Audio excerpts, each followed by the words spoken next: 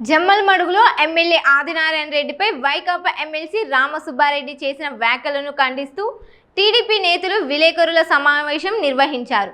రాష్ట్ర కార్యదర్శి Ramana Reddy, market yard chairman Nageshwar Reddy మాట్లాడుతూ ఆది అంటే అభివృద్ధి అని, అభివృద్ధి పనులను పరిశీలించి మాట్లాడాలని, వాట్సాప్ సందేశాలు చదివి ఆరోపణలు చేయడం మానుకోవాలని టీడీపీ నేతలు హితవు పలికారు.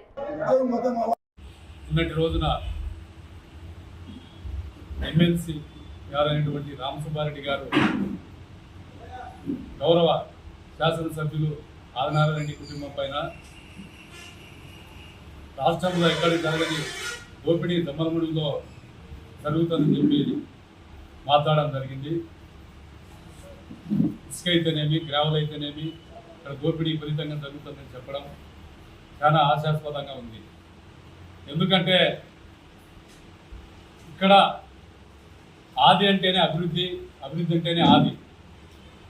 మనం 2004 సంవత్సరం నుంచి ఇక్కడ ఏ విధంగా అభివృద్ధి చెందిందో తాలూకా నియోజకవర్గం మనందరికీ తెలుసు, చాలామందికి తెలుసు. ఆదినారాయణ రెడ్డి ఎన్ని నిధులు తెస్తున్నాడో, ఎంత డెవలప్ అవుతుందో, ఏ డిపార్ట్మెంట్ నుంచి ఎన్ని నిధులు తెస్తున్నాడో మనకందరికీ తెలుసు. మిగిలిపోయిన డిపార్ట్మెంట్లో కూడా డబ్బులు తీసుకొచ్చి ఈ తాలూకాలో విపరీతమైన డెవలప్మెంట్ జరుగుతుందనేది నానుడి. ఎందుకంటే ఆయన ఒకటే నిదర్శనం. 19 గవర్నమెంట్లో ఆయన ఎమ్మెల్యేగా లేకపోయినప్పటికీ 19 నుంచి 24 వరకు మళ్ళీ ఈ తాలూకాకు వచ్చి కూటమిలో భాగంగా ఆయనకు టికెట్ ఇస్తే బ్రహ్మాండమైన మెజార్టీతో గెలిచడం జరిగింది, గెలిచి చూపించడం. ఎందుకంటే ఆయన అభివృద్ధి చేశాడు కాబట్టి ఈ నియోజకవర్గ ప్రజలు ఆయనను ఆదరించారు. మరి అటువంటి వ్యక్తి పైన ఈరోజు రామసుబ్బారెడ్డి గారు ఉనికి కోసం ఈ స్టేట్మెంట్ ఇవ్వడం అనేది ఆశాస్పదంగా ఉంది. ఎందుకంటే ఈ నియోజకవర్గంలో విపరీతమైన సోలార్ ప్రాజెక్టు కానీ, రోడ్లు కానీ, సీసీ రోడ్లు కానీ, తార్ రోడ్లు కానీ విపరీతంగా డెవలప్మెంట్ జరుగుతుంది. మరి అటువంటి డెవలప్మెంట్లో కార్యక్రమంలో భాగంగా ఈరోజు ఇసుక అయితేనేమి, గ్రావెల్ అయితేనేమి ఎటైనా అవసరం ఉంటుంది, మీకు అందరికీ తెలుసు. ఎందుకంటే అభివృద్ధి చెందాలంటే ఇసుక, గ్రావెల్ ఖచ్చితంగా కావాలా, మనకు ఖచ్చితంగా కావాలా. మరి అటువంటి దాన్ని మీరు దోపిడీ అని ఎందుకు అనుకుంటున్నారు? ఎందుకంటే దోపిడీ జరుగుతుంటే మరి పొద్దు పెన్నా నదిలో మరి ఎప్పుడు మీరు పోయి గమనించిన ఒక 10-15 ఫ్యాక్టరీలు ఉంటాయి అక్కడ. మరి దాన్ని దోపిడీ అనొచ్చు కదా మీరు. మరి ఎక్కడన్నా దేవుడి కుటుంబం మరి కేసు బట్టి రాబడుతుందా అక్కడ ఏమన్నా? మరి మీకు తెలియదా? ఎప్పుడో భూపేశ్ రెడ్డి గారు చెప్పారు దోపిడీ జరుగుతుంది అంటున్నారు. మరి ఈ గుల్లకుంటుతావన్నే ఇసుక ట్రాక్టర్లు, ఇసుక టిప్పర్లు పోతున్నాయి. మరి మీరు నిలబెట్టచ్చు కదా, ఏమైనా గేర్ తీస్తున్నారా అక్కడ అని చెప్పి ఆ రోజే చెప్పారు నిలబెట్టమని. మరి మీరు దీన్ని చాలా ఆశాస్పదంగా విమర్శించండి. దోపిడీ అంటే మీరు మీ ప్రభుత్వంలో 2019 నుంచి 24 వరకు అప్పటి ఎమ్మెల్యే గారైనటువంటి సుధీర్ రెడ్డి గారు దోపిడీ చేశారు ఇక్కడ. ఎందుకంటే అప్పుడు తెలుగుదేశం పార్టీ పిలుపు మేరకు ధర్నాలు చేయండి ఇసుక క్వారీలో అని చెప్తే మేమందరం ఇక్కడ ఉన్న వాళ్ళు కూడా చాలామంది మాతో పాటు వచ్చారు. ధర్నాకు కూర్చుంటే మా మీద 15 మంది పైన ఎస్సీ యాక్ట్ కేసు పెట్టించారు. ఎందుకంటే డ్రైవర్ను కొట్టామని చెప్పి సుధీర్ రెడ్డి డ్రైవర్ ఆ రోజు. మీరు దోపిడీ చేయడం, మీరు ఈ తాలూకాలో గ్రావెల్ కానీ, ఇసుక కానీ మీ హయాంలోనే జరిగాయి. మరి దోపిడీ అనేది అది ఇది కాదు. ఇప్పుడు ఎక్కడ కానీ దోపిడీ, ఇసుక దోపిడీ అనేది జరగలేదు. అభివృద్ధి విపరీతంగా జరుగుతుంది కాబట్టి మరి పొద్దు ఈ విధంగా ఇసుక బయటికి తీసుకోవాల్సి వస్తుంది. మరి దీని దోపిడీ అనేది చాలా ఆశాస్పదం అని చెప్పి మేము అడుగుతున్నాం. మరి ఇంకొకటి, నిన్న లోకేష్ బాబు గారు వచ్చారు, మరి ఏమీ చెప్పకుండా పోయారని చెప్తున్నారు మీరు. మరి మీరు కూడా 2022 నుంచి ఏమో మీరు ఎమ్మెల్సీగా ఉన్నారు. మరి మండలంలో ఏ రోజైనా మునక ప్రాంత ప్రజల గురించి జగన్ దృష్టికి తీసుకుపోయారని చెప్పి అడుగుతున్నాం. మరి నిన్న లోకేష్ బాబు గారు వస్తే మరి నిన్న వచ్చిపోయారు, అంతలేకే ఏం ప్రకటించలేదని చెప్తున్నారు. ఏదన్నా కానీ కొంత అమౌంట్ రాష్ట్రం నిన్న చెప్పాడు ఆయన. ఎందుకంటే కొద్దిగా అడ్జస్ట్మెంట్ అమౌంట్ అందుకు ఇబ్బందిగా ఉంది రాష్ట్ర ప్రభుత్వం దగ్గర. ఖచ్చితంగా చేస్తామనే ఉద్దేశంతో ఆయన చెప్పడం కూడా సీఎం గారు నోటీసు తీసుకుపోయి దీన్ని పరిష్కారం చేస్తామని చెప్పి చెప్పడం జరిగింది. మరి అంతలేకే ఒక రోజులోనే ఏది పరిష్కారం కాదు.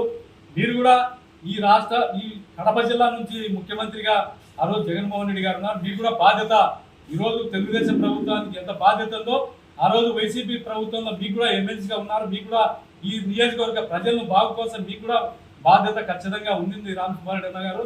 మీరు ఎందుకంటే మర్చిపోయారు, మీకు బాధ్యత లేదనుకుని ఆ రోజు, ఎందుకంటే నేను కాదులే ఎమ్మెల్యే అనుకుని ఆ రోజు ఎవరో ఎమ్మెల్యే అనుకున్నారు. ఖచ్చితంగా ఈరోజు మీకు తనలాగా వచ్చే కానీ తెలియనట్టు ఈరోజు మీరు ఇన్ఛార్జ్గా ఉన్నారు కాబట్టి ఇప్పుడు విమర్శించడం జరుగుతుంది. ఇది పద్ధతి కాదు. ఖచ్చితంగా మునక ప్రాంత ప్రజలకు ఆ రోజు మీరు కూడా 2014 గవర్నమెంట్లో రాజశేఖర రెడ్డి గారు 2,86,000 ఇస్తే మీరందరూ కలిసి, మీరు కానీ అప్పటి మంత్రిగా ఉన్నటువంటి ఆదినారాయణ రెడ్డి కానీ అప్పుడు మీరు ఎమ్మెల్సీగా ఉన్నారు. మరి అందరం, నేను కూడా చైర్మన్గా ఉన్నా.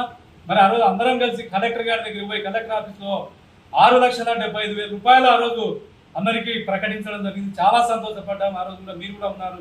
ఆ రోజు పొగిడారు, ఈరోజు విమర్శిస్తున్నారు. మరి ఇది మంచి పద్ధతి కాదు. ఖచ్చితంగా ఎందుకంటే ఈ తాలూకా ప్రజలకు ఖచ్చితంగా మేలు చేయాలనే ఆదినారాయణ రెడ్డి దృఢ సంకల్పం. ఖచ్చితంగా ఈ నియోజకవర్గంలో డెవలప్మెంట్ కోరుకుంటున్నాడు. నియోజకవర్గ ప్రజలను కూడా అభివృద్ధి చేస్తాడు. మరి ఎంతో అభివృద్ధి జరుగుతుంది ఈ తాలూకాలో. మరి మనంతా గమనించాలా. ఎందుకంటే ఇప్పుడు స్టీల్ ప్లాంట్ రాబోతుంది, సోలార్ ఫ్యాక్టరీలు వస్తున్నాయి, మరి ఎన్నో సిమెంట్ ఫ్యాక్టరీలు వస్తున్నాయి. ఇటువంటి ఎన్ని రాష్ట్ర ప్రజలకు రాష్ట్రంలోనే ఒక ఆదర్శ నియోజకవర్గంగా జమ్మడూరు తీర్చిదిద్దాలనేది శాసనసభ్యుని సంకల్పం. కాబట్టి మరి 21 పార్టీ వదిలిపెట్టిపోయారు. మరి ఆ టైంలో మనకు ఎంతో వరప్రదాయమైనటువంటి ఆర్టీపీపీ థర్మల్ కేంద్రంలో మన నియోజకవర్గంలో యువత ఉన్నా కూడా, చదువుకున్న యువత ఉన్నా కూడా మరి చూస్తూ ఉండిపోయారు. మీరు పులివెందుల రోజు ఎంతమందినో ఉద్యోగాలు చేరుస్తే కూడా మీరు ఆ రోజు నోరెత్తకపోయారు. మరి ఆ రోజు కనపడలు ఎలా మీరుతున్నాయని అడుగుతున్నారు. ఈరోజు అభివృద్ధి జరుగుతుందంటే ఒక ఆదినారాయణ రెడ్డి, భూపేష్ రెడ్డి నిధులు తెచ్చి ఈ తాలూకాను డెవలప్ చేస్తున్నారు. చాలా ముందుకు, రాష్ట్రంలోనే ముందుకు పోతుంది ఈ నియోజకవర్గం అని చెప్పి సందర్భంగా తెలియజేసుకుంటూ, ఇసుక దోపిడీ కానీ గ్రామ దోపిడీ కానీ ఈ తాలూకాలో ఎక్కడ జరగలేదు. డెవలప్మెంట్లో భాగంగానే తీసుకుపోతున్నారు తప్ప మిగతాది ఏమీ లేదని చెప్పి సందర్భంగా తెలియజేసుకుంటున్నారు. ఎమ్మెల్సీ రామసుబ్బారెడ్డి గారు ప్రెస్ మీట్ పెట్టడం జరిగింది. ఆయన ప్రెస్ మీట్ పెట్టి ప్రజలను, యువతను తప్పుదో పట్టించే ప్రయత్నం చేశాడు. ఆయన రాజకీయాలలో కొత్త విద్యార్థి కాదు. 68 సంవత్సరాల పండు ముసలివాడు ఆయన రాజకీయాలలో. ఆయన 2023లో సేల్స్ సోలార్ ప్రాజెక్టుకు సెంట్రల్ గవర్నమెంట్ పర్మిషన్ జరిగింది, ఆంధ్రప్రదేశ్లో పెట్టుకోమని.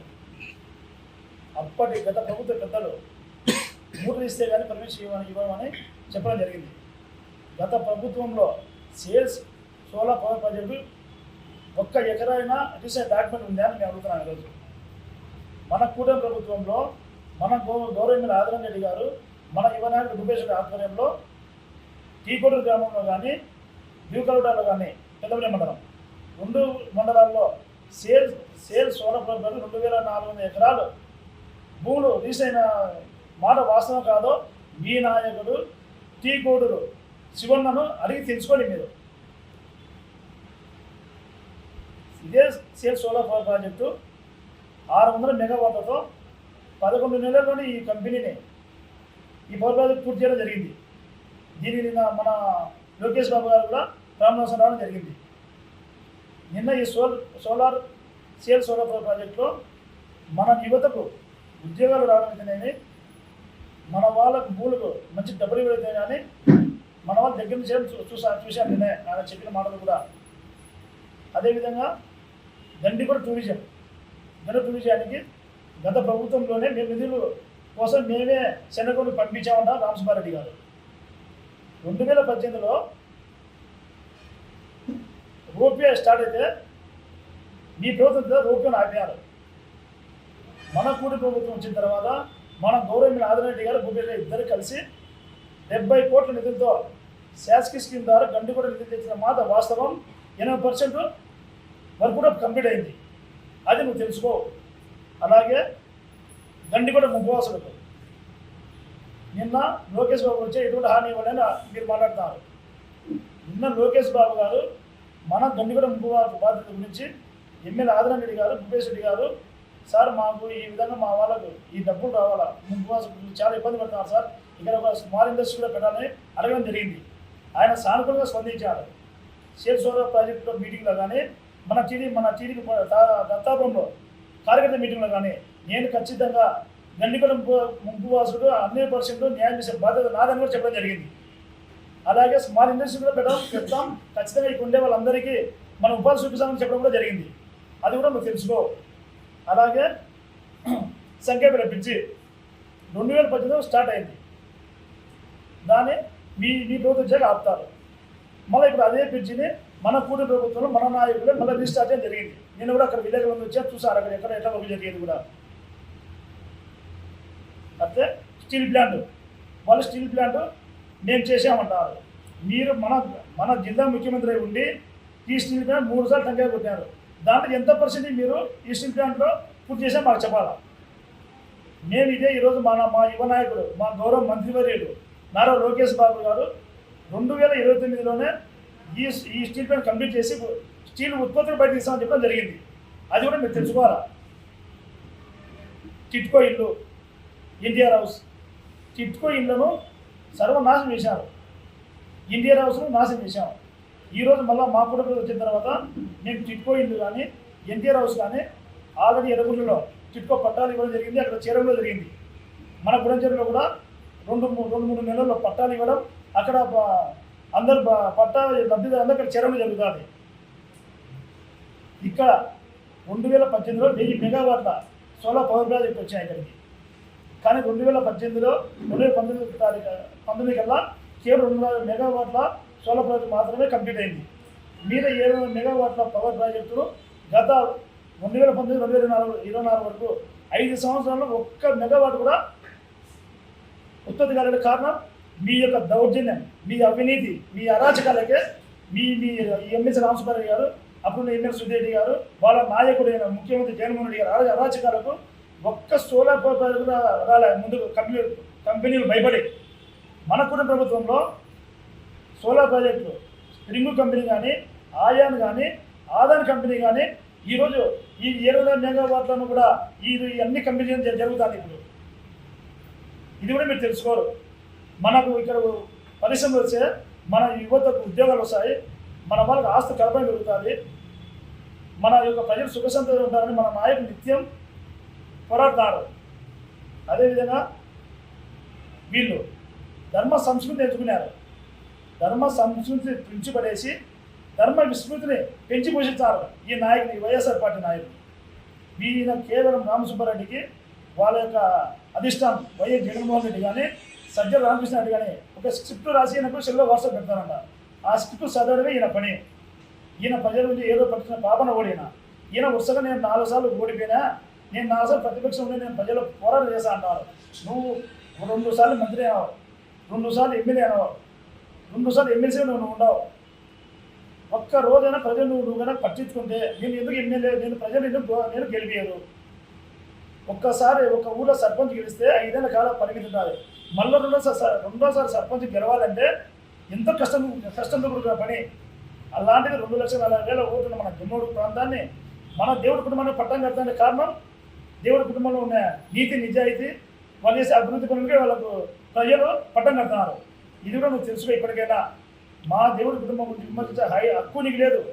కనీసం ఇప్పటికైనా అభివృద్ధిలో భాగంగా నేను ప్రజలు అనుకుంటారు ఈయన రామసుబ్బారెడ్డి గారు దుక్కుమాలు మాట్లాడుతున్నారు, దీనికి వాల్యూ లేదు అంటారు. ఇప్పటికైనా మాతో డెవలప్మెంట్ సహకరించు. ఇక్కడ జరిగే సోలార్ ప్రాజెక్ట్ చూడండి, మంది 2 ఇరిగేషన్ ప్రాజెక్ట్ మన దగ్గర ఉన్నాయి, 4 సిమెంట్ ఫ్యాక్టరీలు ఉన్నాయి మన దగ్గర. అదేవిధంగా మళ్ళీ ఒక 4 సిమెంట్ ఫ్యాక్టరీ కొత్త రాబోతున్నాయి.